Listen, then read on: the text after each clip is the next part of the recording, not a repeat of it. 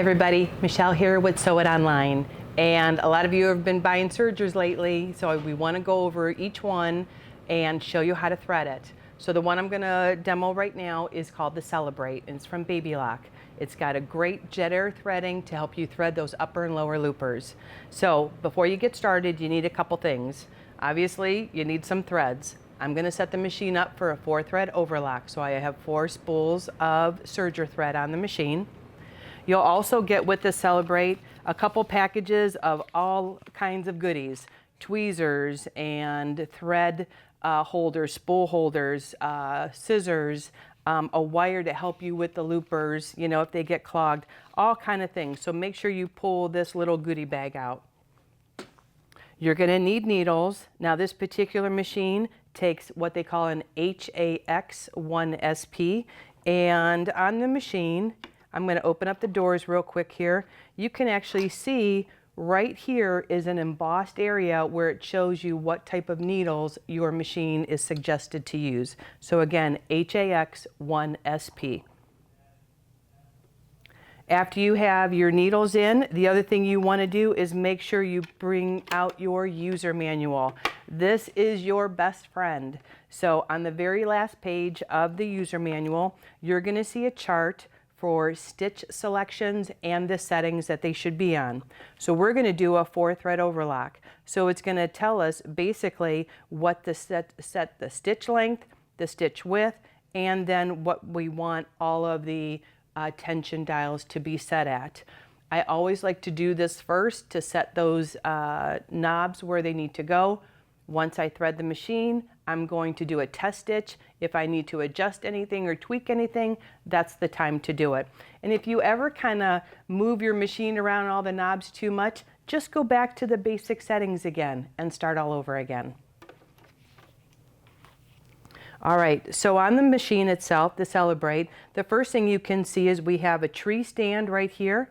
We want that in its highest position so that the threads will come up and toward the machine. When you look across the front of the machine, you're going to see that it has 4 tension dials. I have set all of the tension dials to 4. Now, remember I talked to you about those different settings in the back of your book? Those are guidelines, but they're not set in stone. You're allowed to adjust them depending on the fabric or the look that you want for your stitch. So today I'm just going to set all the tension dials onto 4. On the side of the machine here, I'm going to turn this all the way around. You have a hand wheel. This hand wheel, you want to turn it toward you. There's 2 lines on it, one on the dial and one on the machine. You want to line that up, and when you do, that means the needle is at its highest position, and that's a good place to start to thread your machine. Right here, you have a lever. It can go all the way up to 2 or below at the very bottom. We want to keep this lever on N when we're threading the machine. This is your differential feed, and we'll go more through that during a usage video. But just keep it on N. N is neutral. Inside the machine here, you have 3 knobs. The very top one is your stitch width knob. Now it's got a little whirl on the side, so when you rotate it, you'll see it'll kind of either pull away from the machine or go toward the machine. And what I mean by that is the blade is moving. So test that knob and go back and forth, and you'll see your blade move away from the machine or go closer. This sets your stitch width. Now the numbers on that dial, you have 2 sets of numbers all the way around that dial. Those numbers represent the left and the right needle distance to the blade. So your quick reference guide or your chart setting is going to tell you what to put it on. So like you have a 6.0 and a 3.5. If your machine is set at that setting, then that means your left needle is 6.0 millimeters to the blade. And if your left needle is in the machine, it means the right needle is 3.5 millimeters to the blade. Don't get hooked up on, hung up so much on the numbers. Just kind of set it as to what your instructions say, and you'll be good to go for a while. The knob right below that is your blade. Now, right now, I look on top of this little mash button, and there's no words on it whatsoever. But when I rotate that toward the machine, you're going to see my blade will drop down into the machine. If I start serging, my blade will stay then down into the machine. It actually shows the word lock now. That means the blade is locked down into the machine. With this serger, 9 times out of 10, you're going to want to cut fabric. So there might be a few times where you want to get rid of the blade, but for demonstration purposes today, we are going to keep this blade up and cutting fabric. So I'm going to turn it away from the machine. It doesn't say lock anymore, but to re-engage that and re-engage that blade, I'm going to turn the hand wheel toward me or toward the front of the machine, and you're going to notice that the blade pops back up into the machine. The knob on the bottom is a large knob. So L is large knob, stitch length. So this is your stitch length knob. On the stitch length knob, you're going to notice 2 sets of numbers, 1 through 4 and 1 through 4 again. There is a standard section. 9 times out of 10, you're going to be in that standard section. But if you go and you're going to do a rolled hem, you're going to turn that dial and it's going to say rolled hem. And those numbers 1 through 4 kind of have like a dark background on them. Your machine and your reference book will also tell you where to put the dial. If it has the letter R after the stitch length number, then you're going to put it in the rolled hem section. So we're going to put the stitch length on 4. And actually, before I forget, you have 3 little triangles on your machine. Make sure that's where you are setting those dials to. So my 4 is right with this little triangle, this embossed triangle that's on the machine. You also have one for the stitch width, and you have one for the blade. So let's get busy threading this machine. Let's turn this around. Let's move this out of the way. Going to open up the doors. This one comes straight down. This door also opens up. We slide it to the right and drop it straight down. You want to have this open when you are threading your machine. I'm going to keep the machine on because I want you to be able to see the light there, and so we can thread the machine. Each thread is going to come down one at a time through one of these channels. Okay, let's take the first one. This is your lower looper, this thread in this section right here. I'm going to take the thread, holding it with 2 hands, and I'm going to place it in here. But before I do, one more step. Let's go back a second. There is a presser foot lifter back here. I'm going to lift that presser foot up. We need to have that in the up position in order for the tension dials that are sitting in these grooves to be open. If they're not open, the thread cannot get in there and thread correctly. So my presser foot is up. I'm going to take one thread, and this is what they call flossing. I'm flossing the thread in the tension dial. I'm also going to do a little click, and that's right at the very back of the machine here. There's one for each of these threads. I'm going to take it. Now, if this machine was facing directly toward me, I'm going to take the end of the thread and bring it down and touch my thigh. I need that length of thread because it has to go all the way through the threading system. So one of the other features one of the other tools I really like to have is make sure you have a good pair of scissors. I'm going to clip it on an angle, the thread, and I'm going to take my tweezers, and you do get a set of tweezers, baby lock tweezers with your Celebrate serger. And you have 2 ports here. One is for the upper looper and one is for the lower looper. Now, we have to do a little bit of work here, not very much at all though. And do you see this little knob right here? This little knob, we need to get this machine into threading mode. So let's push that knob, and we're going to turn the hand wheel toward us. And you hear that click? Let me undo that again so you can hear that. I'm going to push the knob in. I'm going to turn the hand wheel toward me. I need to hear that sound. It needs to talk to me to tell me that those pipes are connected and the air is going to flow through those pipes and get that thread through there.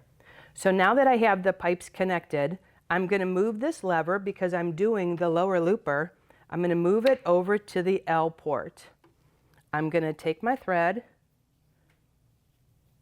and I'm just going to go maybe about 1/4 of an inch, 1/2 an inch from the end with my tweezers, and I'm going to put about 1 inch down into that port. And just feed it in with your tweezers. Okay? Once it's done, let it go. And with a little burst, this little lever right here, I'm just going to push it down. You saw that the air sucked the thread through, and you can notice right here that I have threaded the lower looper. See, the lower looper is right here. This is the upper looper. This is the lower looper. The thread is coming out. I'm going to cut maybe about 3 or 4 inches, leave a tail of about 3 or 4 inches, and let it hang down into the machine. It'll bring itself up. You don't have to come up and over anything. Just leave it hang there. So let's do the upper looper. Same thing. I'm going to floss it, click it, okay? Bring that thread down to touch my thigh so I have enough to go through the air threading system. But before I can put it into this port right here, I do need to move this lever over to the U port because we are now threading the upper looper. Let's put about 1 inch in there. All right, and again, I'm going to do a quick burst, and all my thread is right here, my upper looper. Now, what I like to do is put my threads straight back. Now I'm going to leave this lower looper hang down into the machine, but this upper looper thread, I'm just going to bring it straight back. Let's see if I can get it back here. There we go. So the upper looper and lower looper are threaded that fast, okay? Which is awesome, right? All right, let's do the needles. Now, I'm going to do the same thing. Bring the thread down, floss it, and click it. Now, you're going to notice that this is going to go a little bit different path. So I'm going to come down here. I'm going to go under this little guide, okay? And I'm going to come up and over. Do you see how I did that? Up and over. This kind of mimics the sewing machine, threading the needle of the sewing machine. Now, once I have this here, I can decide if I want to use the needle threader. Now, there is a little lever right here. It's either going to be on right or left. Remember how we had that hand wheel matching up? We want to make sure that that's matching up. Now, I moved my hand wheel earlier to move my blade, so my lines aren't lined up. So what I need to do is to match that up. But my machine is in threading mode, so I cannot move that hand wheel. I've got to take it out of threading mode. So in order to do that, I'm going to see this little lever right here. I'm going to take that lever and I'm going to slide it over to the right.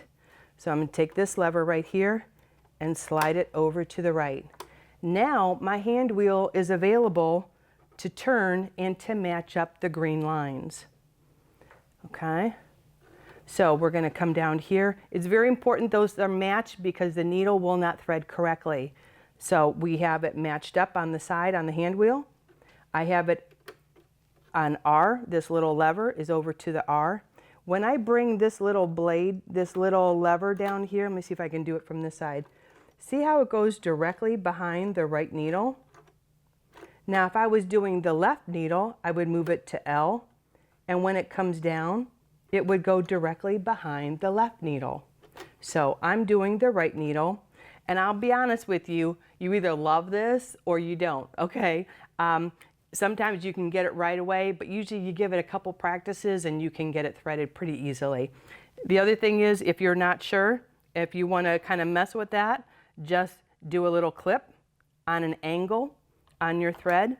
Take it with your tweezers about 1/4 of an inch, and you can actually put your presser foot down now and put it through the eye of the needle, and it'll go right through. And And because there it goes. Okay.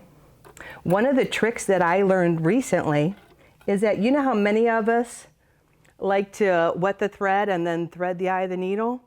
Well, the new trick is you wet the back of the needle, and when you put the thread in, it'll pull that thread right through. All right, so we've got the right needle threaded.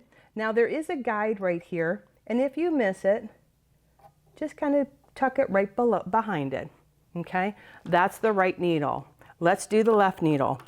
Anytime you thread any of these channels, you need to make sure that that presser foot is up. All right, so let's do this one.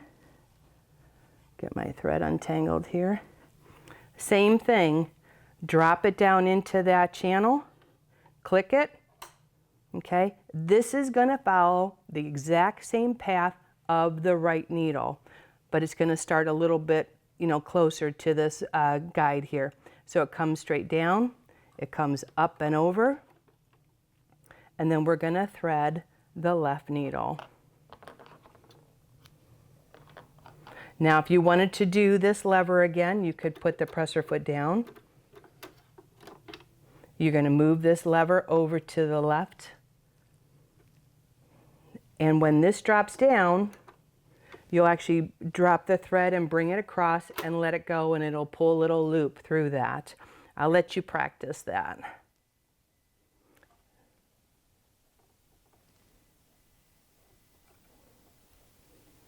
I find that even just cutting that little bit of thread on an angle and immediately putting it on in the tweezers and popping it through the eye of the needle works just fine. All right, so in the back of the machine, I have 3 threads: the upper looper, the left needle, and the right needle. I have the lower looper hanging down still into the machine, and we're gonna leave it there. Let's move this stuff out of the way. We're going to close the doors up again. And now if you need to make sure you're out of threading mode before you close these doors up. So make sure that this lever is to the far right. Let's close the doors up. Close this one up. Okay. Now I'm going to turn the machine here just a little bit because I want you to be able to see what's going on over here. I have my presser foot is down. I'm going to grab onto these 3 threads right here. And just as a safety precaution, I'm going to turn the hand wheel toward me a couple of times. And I can see when I look down into the machine that the loops are already forming. I did this safety precaution because I want to make sure that my needles are at their highest position and they're not clicking and they're not hitting anything. Once this is kind of going and you don't hear anything, then it's okay to put your foot on the presser foot. And I'm gonna move my thread out of the way here and get that started. What I want to do is form a chain. So I'm not pulling the thread. There we go. And I can see that I've got a chain started.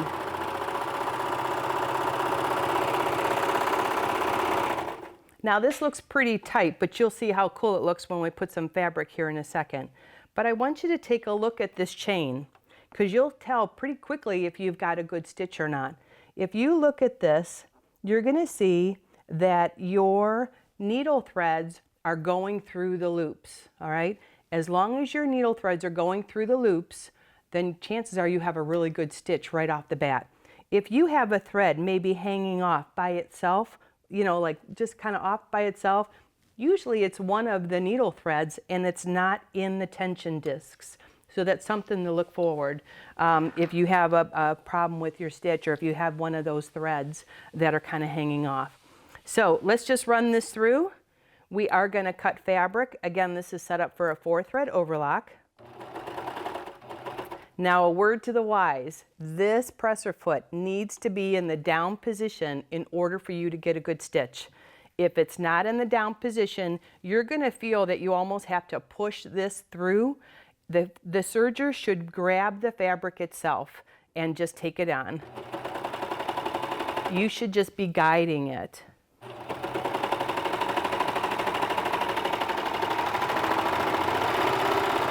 You also have a little blade off to the side here. But let's take a look at that stitch. That looks really nice.